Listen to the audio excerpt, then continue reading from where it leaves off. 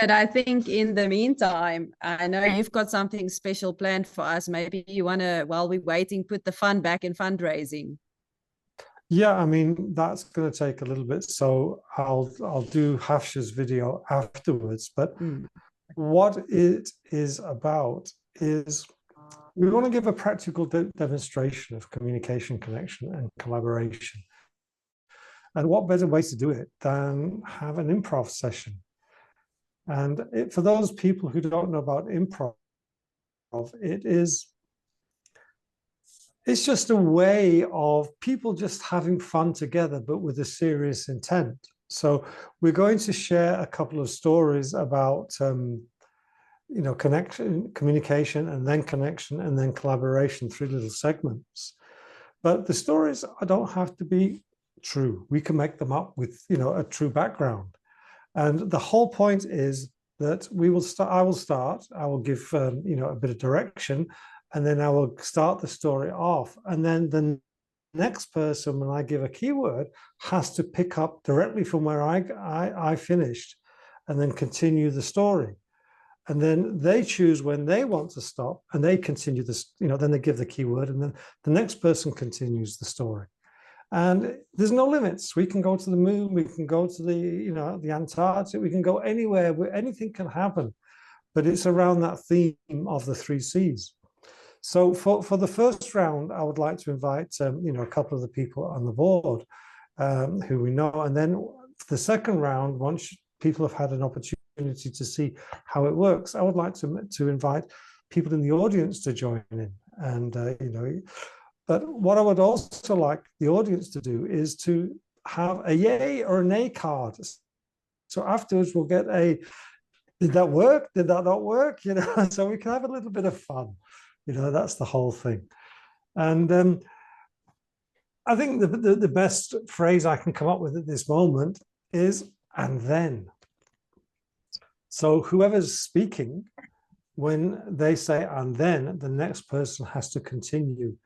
And, wherever it is you're joining from, you make something up to fit in and then carry on. And I think we'll start with me, obviously, then we can go to Sharma, we can go to Janine, and then James, and then we'll just include Puffy. We don't have too many at first, and then we can swap out afterwards. So if you guys are okay with that, so number 1 will be Sharma, and then followed by Janine, and then followed by James, and then followed by Puffy. Okay, so when we talk about the 3 C's, we talk about communication, connection, and collaboration. And if you think about communication, the fundamentals of communication really are paying full attention to the speaker and avoiding, this is a big one, avoiding interrupting and waiting for the speaker to finish before responding. How many times I've been in conversations before realizing this, that I want to say something now, it's my turn, shut up, will you, please be quiet, I want to get involved. So, it is about waiting. And it's also about listening to what they're saying, not listening to answer. This is a big, big, big thing. And then, with what we're thinking about is, who is it I'm talking to? Who is doing the speaking? What is their background? How are they using the language? Because we've all got our own interpretation of words. And this is where we have big challenges with the communication. I say something and I assume everybody else understands the words I'm using, but not everybody does. So I have to take into consideration and watch them when I'm talking and sharing a message and see whether they're on board with the way I'm using and the choice of words I'm using. And then simple language is always better than very, very, nonsensical language, which we see quite often in the law field. If you have a legal document, it's very difficult to actually understand it. So we're going to be working around those types of themes. And, obviously we've got to watch the people when we're having communication. How are they reacting? Is their body language engaged? Is it shrinking? Is there energy going down? Is there something in the way we're presenting which is actually stopping them from communicating? So I will start off in that manner, what it is I've learned about communication. And I've learned about communication just by being here and seeing all these beautiful faces and hearing everybody's story. But sometimes I don't have to hear. I can see somebody who's not spoken. And then that is the pointer that you should have in your mind ready. Don't just assume they are quiet because they're bored. They could be not interested in what you're saying, right? So it's really, really important to understand body language. And you can actually say, today you're looking as though, right? Which makes such a difference. And when they do start to open up, it's often really comforting if you're able to repeat something that they said. Is this what you mean? Is this what you're trying to say? And they really feel comfortable that they are important and they are in a safe space. And you've actually given them so much respect because you're actually reiterating what they've said. And by having this relationship, and then we realize, Shama, is that 60% of what we say is body language. You know, I'm married to a Portuguese, so now I'm also talking with my hands. And I think that says a lot. We speak with our hands, we speak with our faces, like you said, with our body. And it says a lot how a person shows up. And one of the things that we also learned in communication through the 3Cs program is how to communicate with others, how to properly listen. One thing that I really appreciated, that I learned, was the fact that everybody has got different listening faces. It doesn't mean that the person is not hearing you. It doesn't mean that they're not receiving. Their listening face looks different than you. And for you to then bring that message across still in the same powerful, energetic way that you try to do it. Don't be disturbed by people's listening faces, because, and then, isn't that exciting? Isn't that beautiful? That when we listen with empathy, when we communicate with understanding and not looking to judge, then we understand that we are giving and adding values to the other person. Listening actually starts with ourselves down to the other person. And again, when we are communicating with other person, and again, when we are setting boundaries for ourselves, are we putting our integrity in check?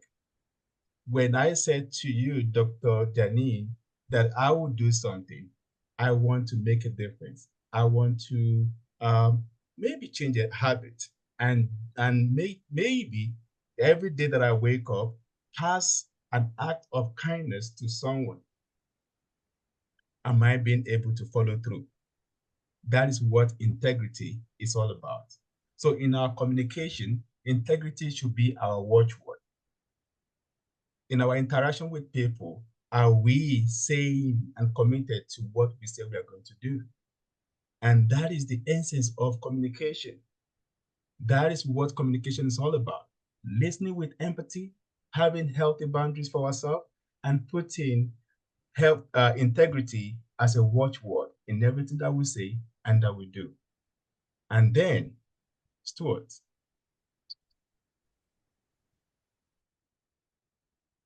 It's Mr. Puffy. And it's then Mr. Puffy. we are listening actively to each other and one another. All right.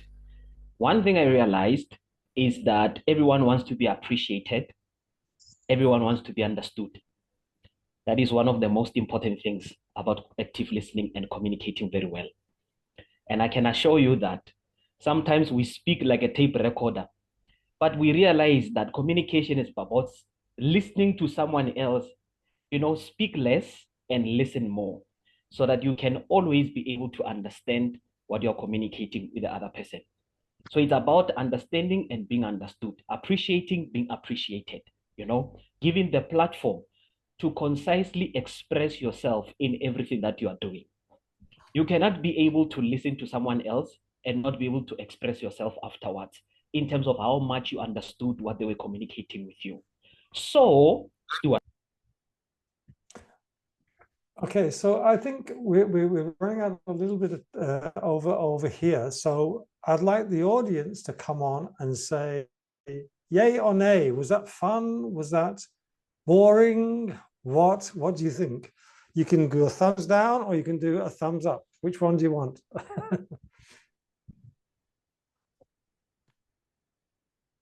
Okay, so we've got some thumbs up from everybody. That's wonderful.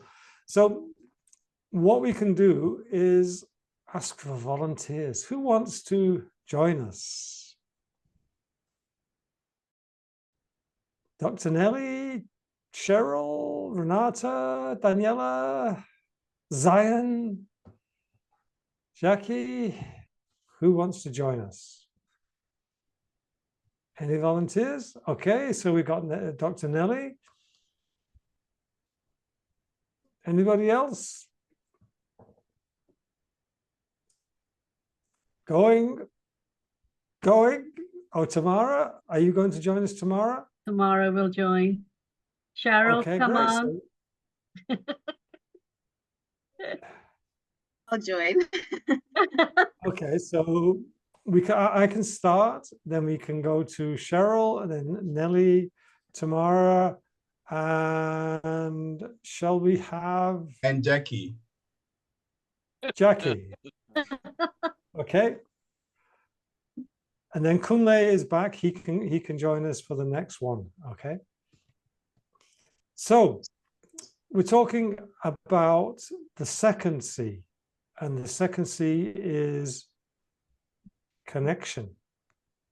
And one of the big things about connection is being authentic and having empathy, but not only empathy for other people and other people's feelings, it's about empathy for ourselves and consideration for other people's perspectives as well as ours, and being open-minded. How many times when I was younger did I go into a conversation with somebody and I'm just closed? This is my point of view. This is all I'm interested in. So it is about having that openness. And, if you are real and open, then you're able to have much better connections with people, because it starts with this real conversation. It starts with this real person who's actually speaking. So let's start off and let's have some wild ideas this time. It's really wild. Okay, so Cheryl, did I say you're going after me directly, and then Nelly, and then Tamara, and Jackie? Are you happy with that order? Okay. So when we think about advanced connection, we have to have empathy. And empathy means that, for me, I'm better than I think I am. I can respect myself. I can also listen and understand other people, because I know when Cheryl's speaking, I can think about all sorts of different things, and then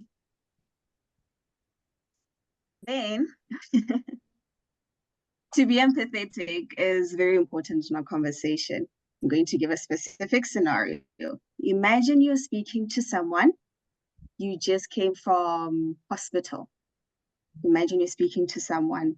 Instead of that person being empathetic, you're explaining your situation to them and what happened to you in hospital. Instead of that person being empathetic, they go, oh, well, I've been through this. So empathy, removing yourself from the situation and actually putting yourself in the other person's shoes. When someone comes to you and tries to communicate something to you, try by all means to not make it about yourself. In this conversation, if I'm communicating something very important to you, something very vital to you, something that is close to my heart, something whereby I'm in a space of vulnerability, and to actually get someone from the other side that's going to respond by saying, oh, well, I've been through worse. It is not very encouraging. And I don't think you would want to meet someone like that. So it all starts with us. It starts with you practicing empathy in a conversation, removing your own scenarios from that specific conversation. And that's how we can actually be empathetic individuals and communicate and connect efficiently. And then, Cheryl, I would like to think that the word empathy for different people in different situations will have different meanings. And for that reason, it will be very good if we could all share the emotion wheel, where empathy for one person can be, I need to be tolerant with myself. Where for another person, it can be, I need to love myself. So we need to make sure that we're on the same page.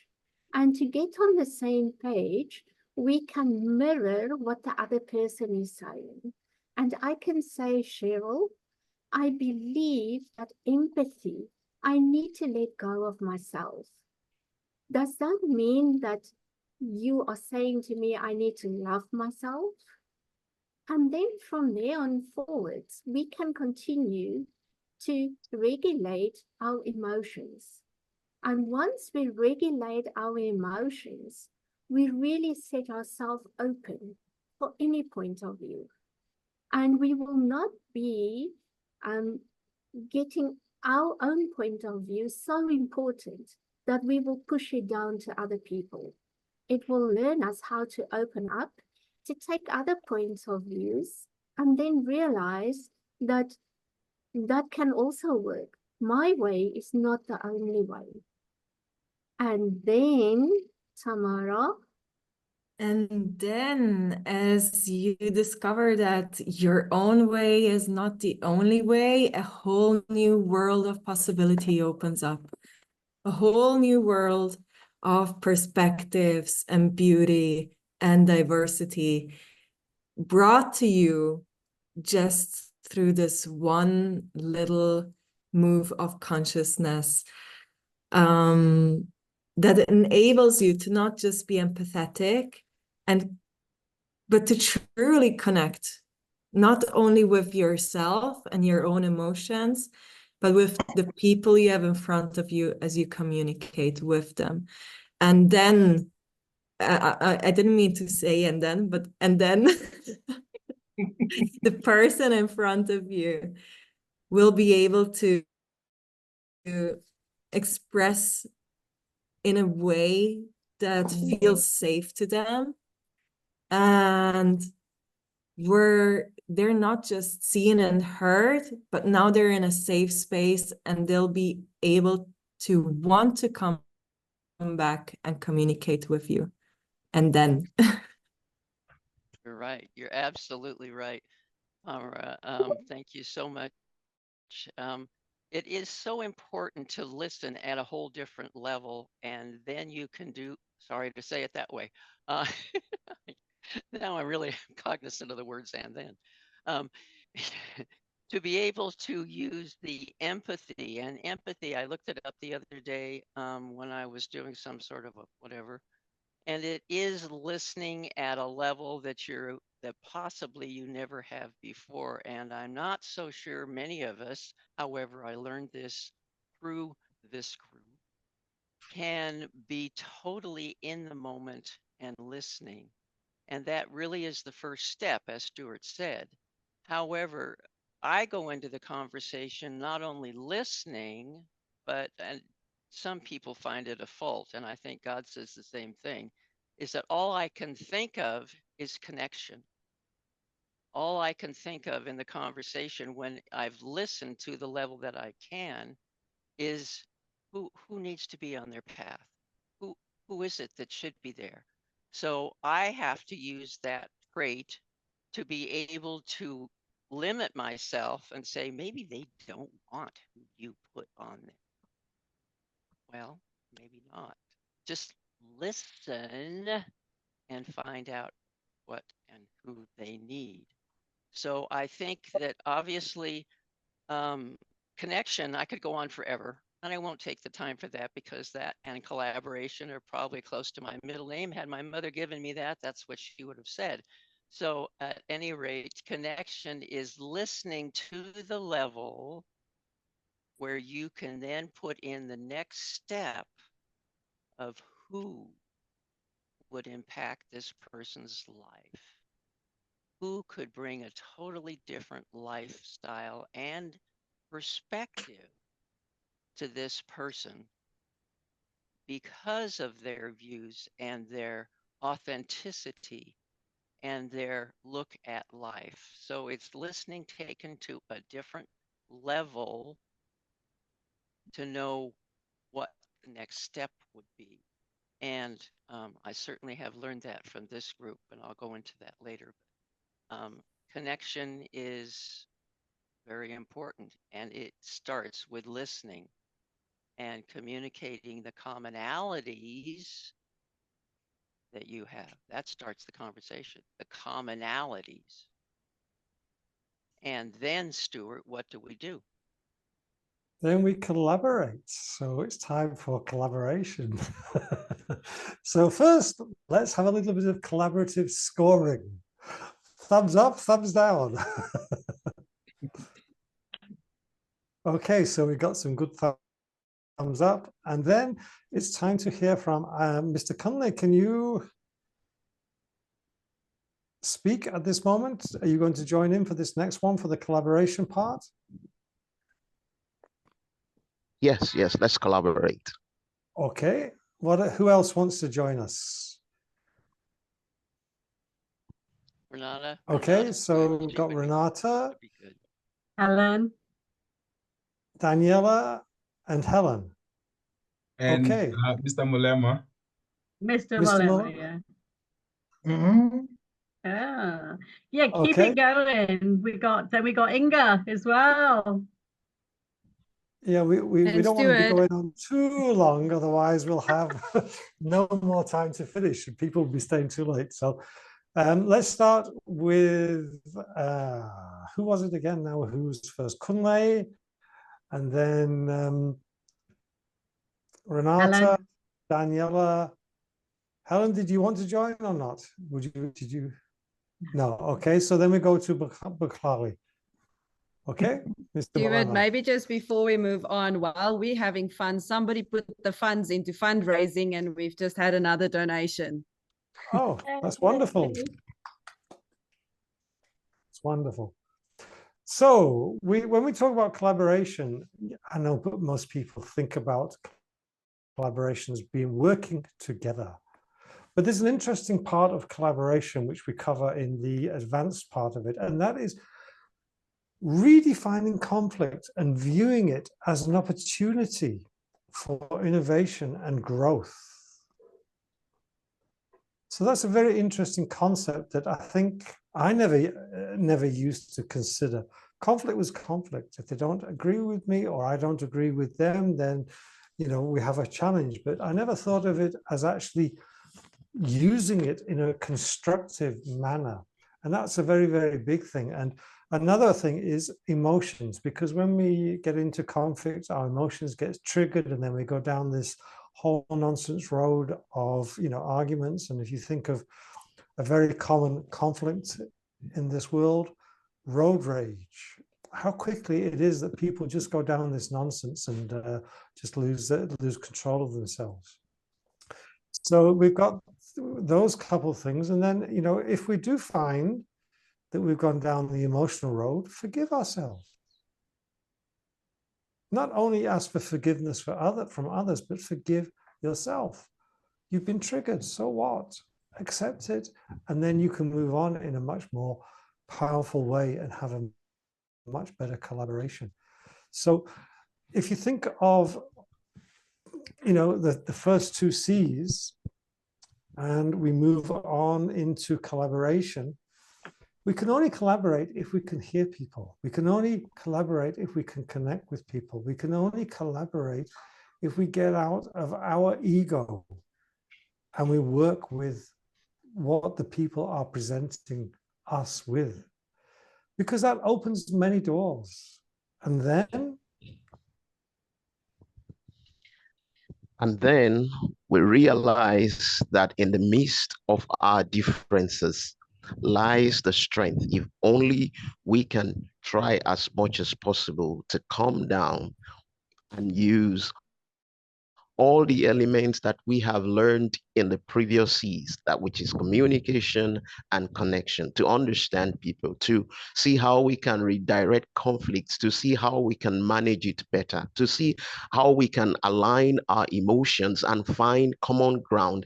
And as much as we do the common denominator in the things that we do, so we come together to build whatever we want to build, irrespective of our tribe, our tongues, our differences, our perspective, our opinions. But in them all, we are able to find a common ground to define and chart our course towards what we are building, toward what we are becoming as a result of the things that we have learned in collaboration. And then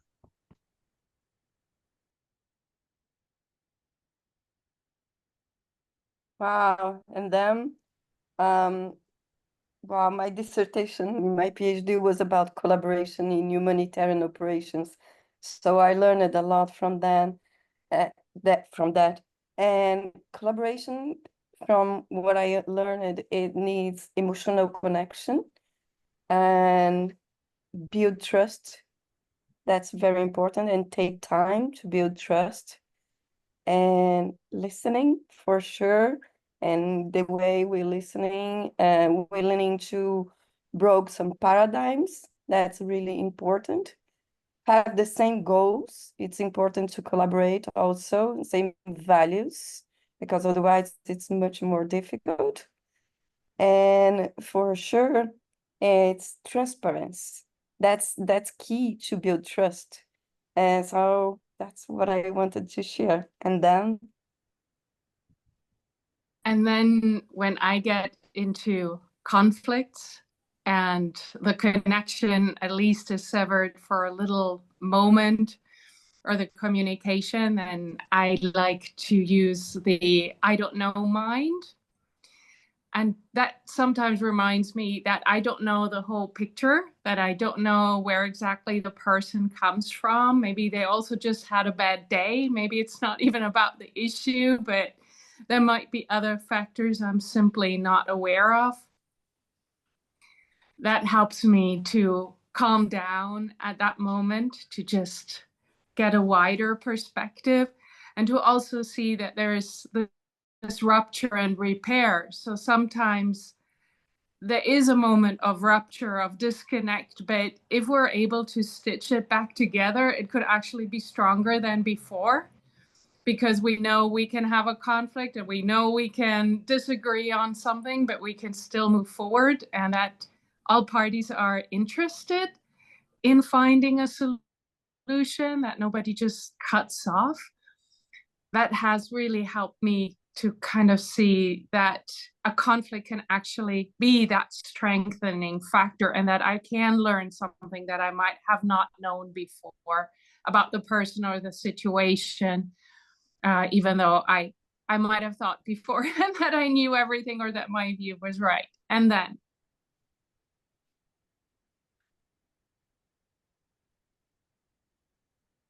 is it me? Okay. And then collaborations. I've struggled a lot with communication. Not many people notice, but I kind of stutter. And with me always stuttering, I've learned one thing: when communicating with people, always try to look into the eye. It helps me gain confidence in order to establish collaborations with different people in my business way. Did you hear? I started again. So basically, the type of work that I do a lot of collaborations with different types of people. Like, obviously, those collaborations is to help the need that I had of. obviously there is communication at work with everything that we do, like it's connecting the three C's.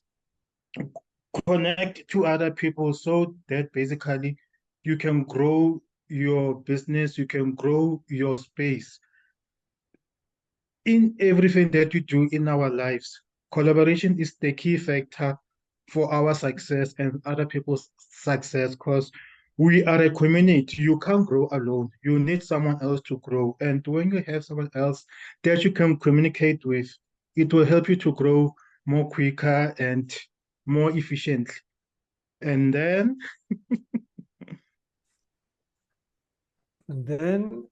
it's time to give everybody a very big round of applause, because this has been a beautiful example of communication, connection, and collaboration. You didn't expect to have yourselves put in the spotlight, but you just came and you joined and you participated. So I'm very, very grateful to everybody. And you know, every time we talk about the 3 C's, I always learn something from it, because everybody's got their own experiences, and that's the beauty of the foundational program that we have. And this is why, you know, it's so important to be able to take it to everybody in the world. But there's 8 billion people. We can't do that today, but we could start moving and start, you know, on our target of 2,000, and then in 5 years the target is 1 million people. You know, so you know it's crazy how quickly this can happen.